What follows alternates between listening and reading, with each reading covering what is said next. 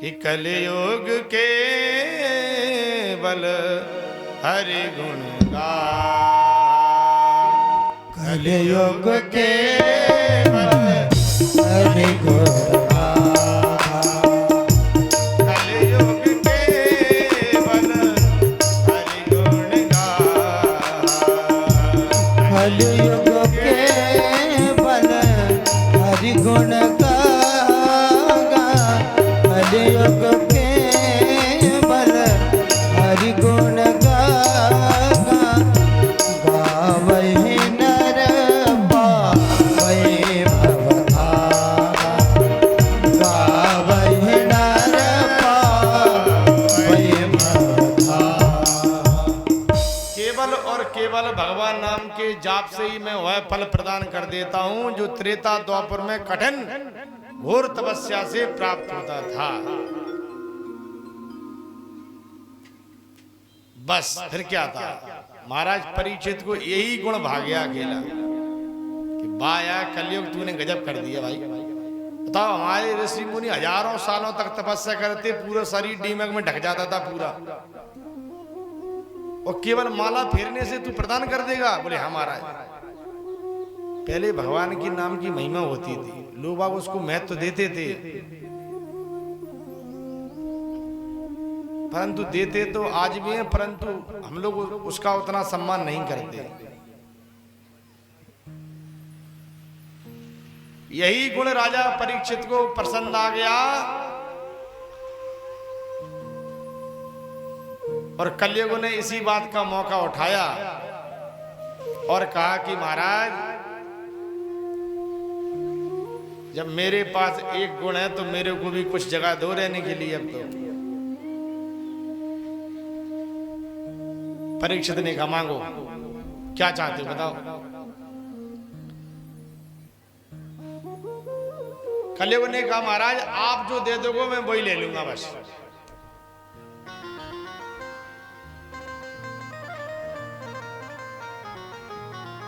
परीक्षित ने कहा तो सुनो, तुमको हम एक नहीं चार जगह जगह देते हैं। पहला तो तुम्हारा जो वास है, जहां पर लंपट लोग रहते हैं ऐसी जगह पर तुम रहो, जहां जीवों की हिंसा होती है वहां पर तुम रहो।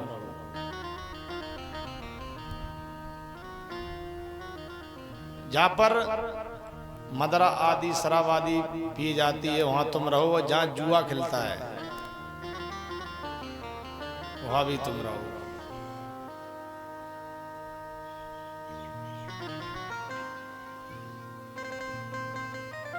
जब ये चार जगह दी तो कलयुग ने कहा हाथ जोड़ करके महाराज आपने केवल और केवल हमारे अवगुणों पर ही ध्यान दिया, गुणों पर ध्यान नहीं दिया। अरे भाई जब हमारे पास एक अच्छा गुण है तो कम से कम ऐसा कमरा देते जिससे मैं रह सकूं अच्छा। इस ढंग से उसने कहा कि परीक्षित के मुख से एकदम निकल गया कि जाओ तुम्हारा सोने में भी वास है। अब इधर कलयुग को राजा परीक्षित कलयुग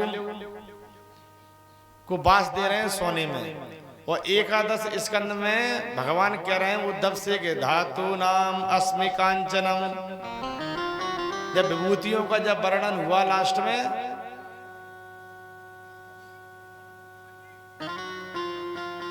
तो भगवान कह रहे हैं उद्धव से कि मैं धातुओं में सोना हूं।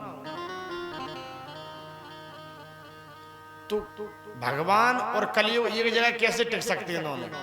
भगवान के सामने कलयुग का रुकने वाला भगवान, और परीक्षित वहीं उसको जगह दे रहा है कि तुम सोने में रहो, तो बात कैसे घटेगी फिर?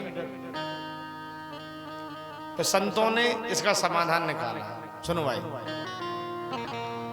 बोले नंबर 2 की कमाई से जो सोना खरीदा जाएगा, उल्टा पुल्टा मार के झूठ मस्करी करके सोना खरीद लाए।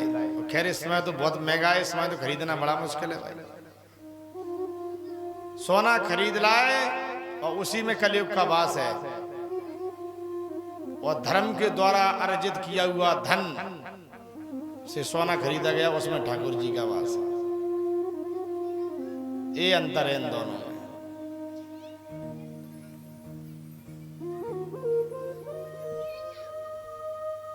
कलयुग को वास दे करके तो परीक्षित चले गए वापस। जाकर के जब पहुंचे हस्तिनापुर, आज परीक्षित के मन में हुआ कि आज मैं कोई नया मुकुट पहन करके जाऊंगा, हाँ, शिकार खेलने।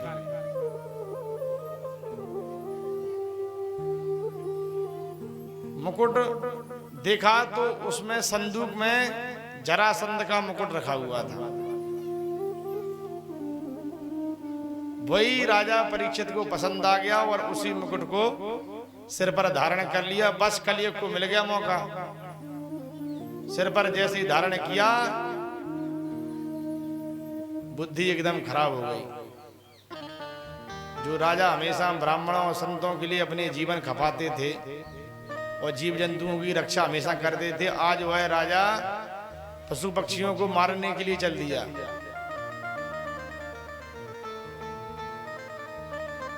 जाकर के वन में तमाम पशु पक्षियों को मार के फेंक दिया। और अब अचानक इनको प्यास लगने लगी। क्या किया जाए भाई? तब तक बगल में ही एक आश्रम था समीक मुनि का। समीक मुनि उसी में बैठे हुए थे तपस्या में, ध्यान में।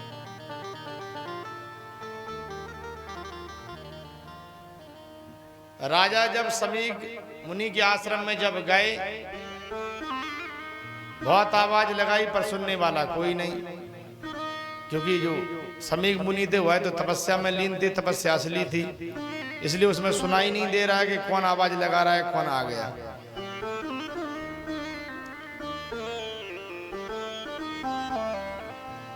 अब खोपड़ी में बैठे बैठे कलयुग ने बुद्धि को खराब कर दिया। अब उनके दिमाग में एकदम उल्टा पुल्टे प्रश्न आने लगे और उन्होंने सोचा कि देखो, राजा संत जी ने हमको देख लिया, इसलिए झूठ मूठ की आंखें बंद करके बैठ गए, क्योंकि राजा आया है, स्वागत तो करना पड़ेगा भाई। और मामूली राजा नहीं, चक्रवर्ती सम्राट हमें, कौन राजा के स्वागत समारोह में चक्कर में पड़े, इसलिए ध्यान लगा के बैठ जाओ, राजा अपने आप ही भाग जाएगा देख के। पर क्या करें, तपस्या असली है कि नकली है, इसका पता कैसे लगे। तब तक वहीं पर एक सांप मरा हुआ पड़ा था, उसी को अपने बाण की नोक से उठाया और महाराज समीक मुनि के गले में पहना दिया। तपस्या असली थी, इसलिए कोई असर नहीं पड़ा, बैठे रहे। राजा तो अपमान करके भाग गया, परंतु कुछ शिष्यों ने जब यह सब देखा तो उनका एक पुत्र था जिसका नाम था श्रृंगी। वह नदी में स्नान कर रहा था। शिष्यों ने जाकर के कहा कि बताओ भैया, तुम यहाँ स्नान कर रहे हो, वहां तुम्हारे पिताजी का कितना बड़ा अपमान हो गया। क्या हो गया? बोले एक राजा आया, उसने तुम्हारे पिताजी के गले में मरा हुआ सर्प को डाल दिया। उस ऋषि कुमार ने 1 मिनट देर नहीं लगाई, तुरंत जहां खड़ा था उसी में नदी में जल लिया हाथ में और कहा, इति लंघित मर्यादम तक्षके सप्तमोहने। हे राजन, तुमने मेरे पिता का अपमान किया है। हमेशा तुम्हारे पुरखों ने ब्राह्मणों और संतों का हमेशा से मान सम्मान करते आए हो, परंतु तुम राज के मद में इतने चूर हो गए कि संत ब्राह्मणों का मान सम्मान करना भूल गए। परंतु आज मैं तुम्हें ऐसा दंड दूंगा कि जीवन में कोई भी राजा ऐसा करने का दोबारा दुस्साहस नहीं करेगा। फिर क्या था महाराज, वाणी का भाग छोड़ दिया कि जाओ, मेरा श्राप है कि जिस सर्प को तुमने मेरे पिता के गले में डाला आज से ठीक 7वें दिन वही तक्षक तुमको आकर के डसेगा और तुम नष्ट हो जाओगे। बाड़ी बाग महाराज छोड़ दिया। बच्चा रोता हुआ आश्रम में आया पिताजी के पास, इतना जोर का गला फाड़ के चिल्लाया, इतना रोया कि समीक मुनि की बेचारे की एकदम समाधि टूट गई। जैसे नेत्र खुले, सर्प जो गले में था उसे उतार करके बाहर दूर फेंक दिया, कोई दिक्कत नहीं। और कहा बच्चे क्यों रो रहे हो, क्या बात है? सारी कथा श्रृंगी ऋषि ने पिताजी को सुना दी। पिताजी बड़े दुखी हुए। अरे अरे अरे बेटा, तूने क्या कर दिया, क्या कर दिया तूने ऐसे धर्मात्मा राजा के लिए श्राप दे दिया जिनकी कृपा से हम लोग आज बढ़िया तरीका से पाठ पूजा कर रहा है, हवन कर रहा है, कोई दिक्कत नहीं। ये तूने क्या कर दिया ये? क्योंकि इसके बाद तो अब जितने भी राजा होंगे सब अधर्मी ही होंगे। अब तो कलयुग लगने वाला था। तूने क्या कर दिया बेटा? अब इस धराधाम को दोबारा ऐसा राजा प्राप्त नहीं होने वाला जीवन में। पर क्या करें, वाणी बाग छोड़ दिया। कुछ शिष्यों को बुलाया और कहा कि जाओ राजा परीक्षित को अवगत कराओ कि हमारे उस नादान बालक ने आपको 7 दिन मरने का श्राप दे दिया है, अब अपने मुक्ति का उपाय कर लें आप। जाकर के राजा को जब बताया तो राजा बेचारे इतने दुखी हुए कि हरे राम राम, सदैव हमारे पुरखों ने ब्राह्मणों का और संतों का हमेशा से सम्मान किया है, और इस शरीर से ये कैसे हो गया? और हुआ है तो अब इस शरीर को मैं रखूंगा नहीं प्रभु, परंतु क्या करें, 7 दिन के पहले मर भी तो नहीं सकता मैं, क्या किया जाए? क्योंकि ब्राह्मणों और संतों का कोई अपमान कर दे तो उसको तत्क्षण ही उस शरीर को त्याग देना चाहिए, परंतु मैं मर भी नहीं सकता। तुरंत राज्य को त्यागा। जन्मेजय को जो उनके पुत्र थे उनको राज्य की गद्दी सौंपी और जाकर के सीधे गंगा जी की तलहटी पर पहुंच गए।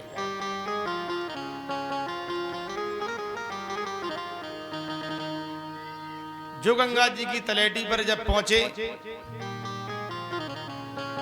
और जैसे ही हमारे ऋषि मुनियों को जब पता चला कि राजा को 7 दिन में मरने का श्राप मिल गया, जितने भी दुनियादारी के ऋषि थे सब ऋषिगण दौड़े दौड़े गंगा जी की तलहटी पर आना शुरू हो गए।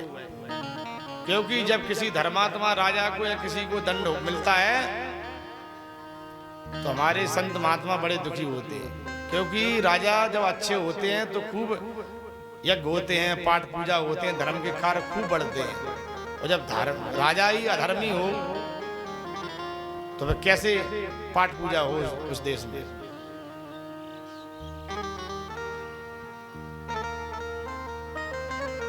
जितने भी ऋषिगण थे सब गंगा जी के तलहटी पर आना प्रारंभ हो गए।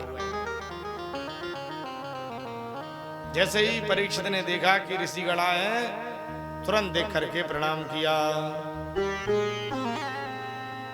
और कहा कि आज देखो हमारा कितना बड़ा सौभाग्य है। यदि वह ऋषि कुमार हमको अगर श्राप नहीं देता तो इतने साथ एक साथ इतने ऋषियों का हमको दर्शन कैसे प्राप्त हो पाए? तो मेरे को कहीं तक लग रहा है कि यह श्राप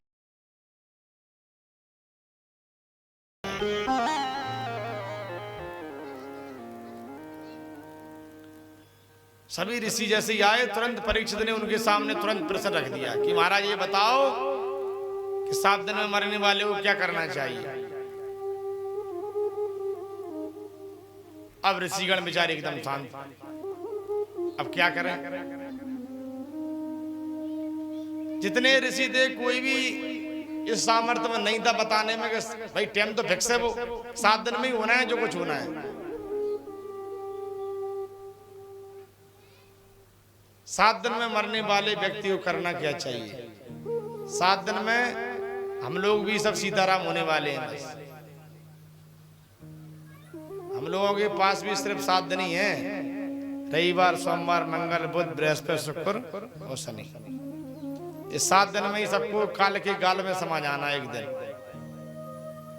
इसलिए यह प्रश्न जो परीक्षित कर रहे हैं ये मानव मात्र के लिए ही कर रहे हैं, और सबको 7 दिन में ही जय सीताराम होना है सबकी। चाहे लगाओ साबुन, चाहे लगाओ सेंट, यहाँ नहीं कोई परमानेंट।